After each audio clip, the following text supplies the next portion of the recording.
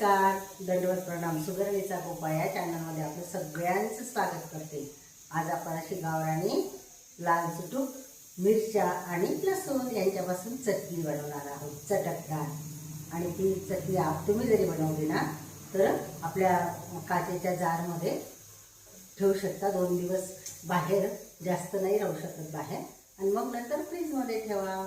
चला, आणि मी जो तुम्हाला आपल्या चॅनलवर व्हिडिओ टाकेल तो तुम्ही शेवटपर्यंत बघा आणि आपल्या चॅनलला नक्की सबस्क्राईब करा. चला बनवूया रेसिपी.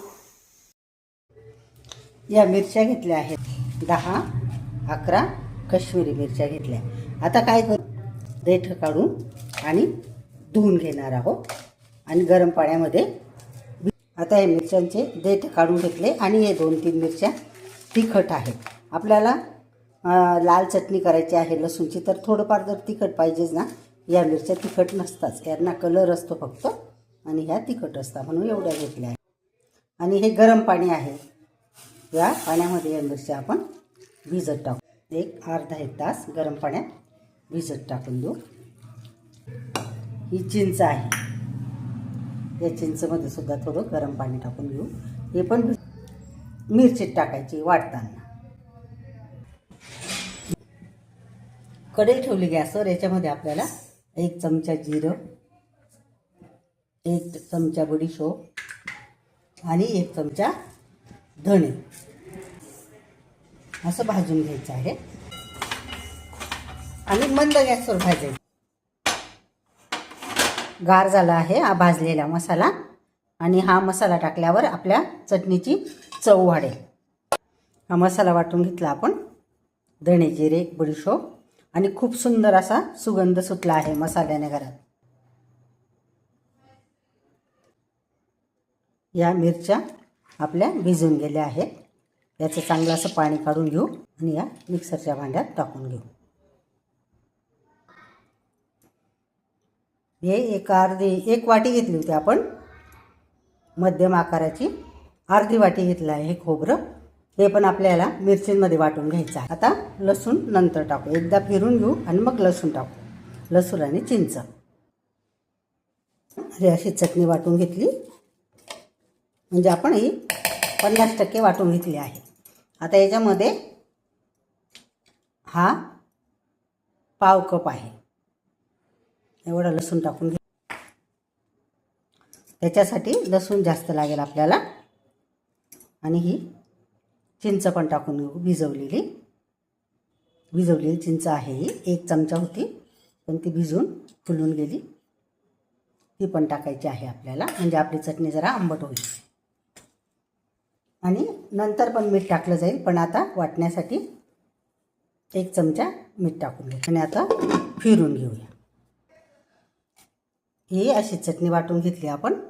जास्त बारीक पण नाही वाटायची, बारीकच झाली आहे ही, पण याच्यापेक्षा बारीक नाही वाटायची. अशी छान अशी चटणी वाटून घेतली बघा आपण. चला आता पुढची प्रोसेस करू. गॅस सुरू करून घेऊ आपण आणि कढई ठेवून. या कढईत आपल्याला चटणी बनवायची आहे. आता तेल टाकून घेऊ, आणि तेल जरा जास्तच टाकावं लागतं या चटणीला. तेल जास्त असलं तर ती टिकते बऱ्याच दिवस. 1 चमचा मोहरी टाकून घ्यायची आहे. आणि जिरं तर आपण वाटूनच घेतलं आहे, पण तरीसुद्धा मी थोडं जिरं टाकून घेते. आणि या लांब अशा लसूणाच्या पाकळ्या कापून घेतल्या आहे मी, 5-6 पाकळ्या.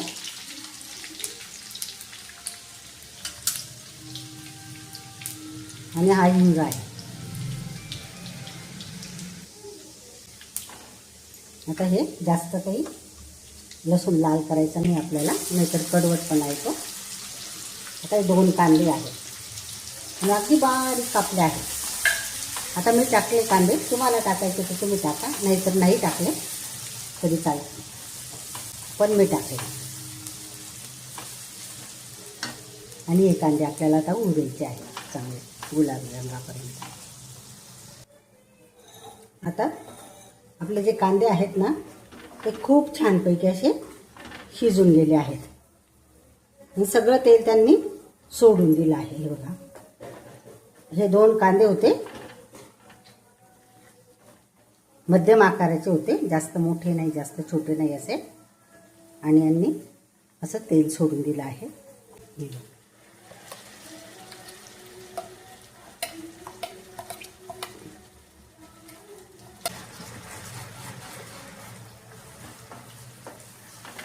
चटणी टाकून घेतली आहे.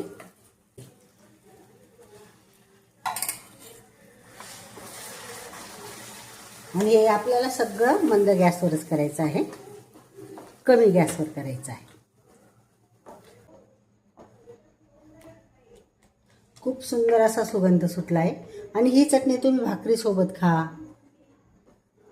पोळीसोबत खा, नाहीतर डाळ भात असला ना त्याला तोंडी लावायला घ्या, खूपच सुंदर लागते. पण त्याच्यामध्ये चिंच टाकली आहे, तर त्याच्यासाठी आपण थोडा असा 1 चमचा असा गूळ टाकून घेऊया. तुम्हाला टाकायचा तर टाका, नाहीतर टाकायचा तर नाही टाका. ज्याची ज्याची आवड असते. आता मी चिंच टाकली आहे ना, म्हणून अगदी थोडा चवीला टाकला, जास्त नाही. तुम्ही तर पाहिला मी किती टाकला. तुम्हाला नाही टाकायचं तर नका टाकू. आणि आता मात्र आपण जो तयार केला जो मसाला आहे तो टाकून घेणार आहोत. आणि ताजा मसाला तयार केला ना, तर हे बघा 3 चमचे मसाला.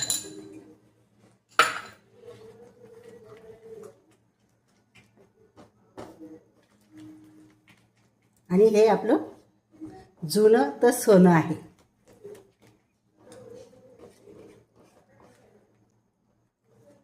आता भरपूर चटणी मिळते, रेड चिली चटणी, ग्रीन चिली चटणी, पण हे आपण घरी बनवलेली चटणी आहे. आणि त्यात असा भरपूर असा मसाला वापरला आहे मी. तर तुम्ही पण करून पहा आणि खाऊनसुद्धा बघा.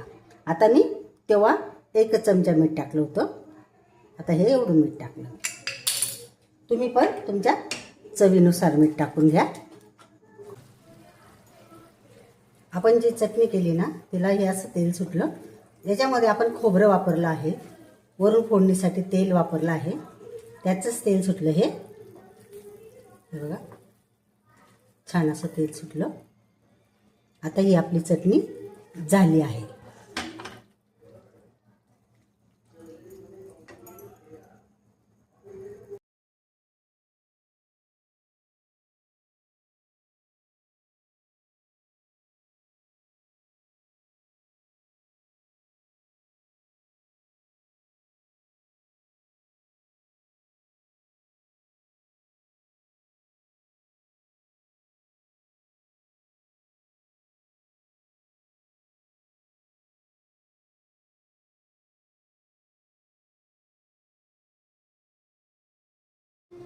ही आपली चटणी झाली बघा, किती सुंदर चटणी झाली.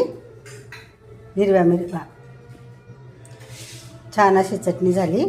लाल मिरची, लसूण आणि कांदा, खोबरं याच्यापासून चटणी. ही चटणी किती दिवस टिकते, फक्त फ्रीजमध्ये ठेवायची असते. फ्रीजमध्ये ठेवून आणि खा, भाकरीबरोबर, पोळीबरोबर, वरण भाताबरोबर तोंडी लावायला, कुठल्याही वस्तूबरोबर थोडी ताटात घ्यायची दररोज आणि छान चव वाढते जेवणाची. ही अशी चटणी झाली आहे आपली. आणि याच्यामध्ये तुम्हाला सगळं साहित्य मी दाखवलंच आहे, त्याप्रमाणे तुम्हीही करून खा, तुम्हीही बनवा. खूप चविष्ट असते. आणि प्रत्येक जेवणाबरोबर थोडी घेतली तरी चालेल, भाजी नसली तर पोळीबरोबर भाकरीबरोबर पण छान लागते खायला. एवढंच आहे, तिला फ्रीजमध्ये ठेवायची. फ्रीजमध्ये ठेवून कितीही दिवस टिकू शकते ती.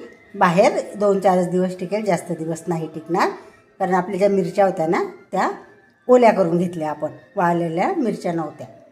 चला तर मग आजची रेसिपी आवडली असेल तर लाईक करा, शेअर करा आणि सबस्क्राईब तर नक्की करा. बाय. काळजी घ्या स्वतःची.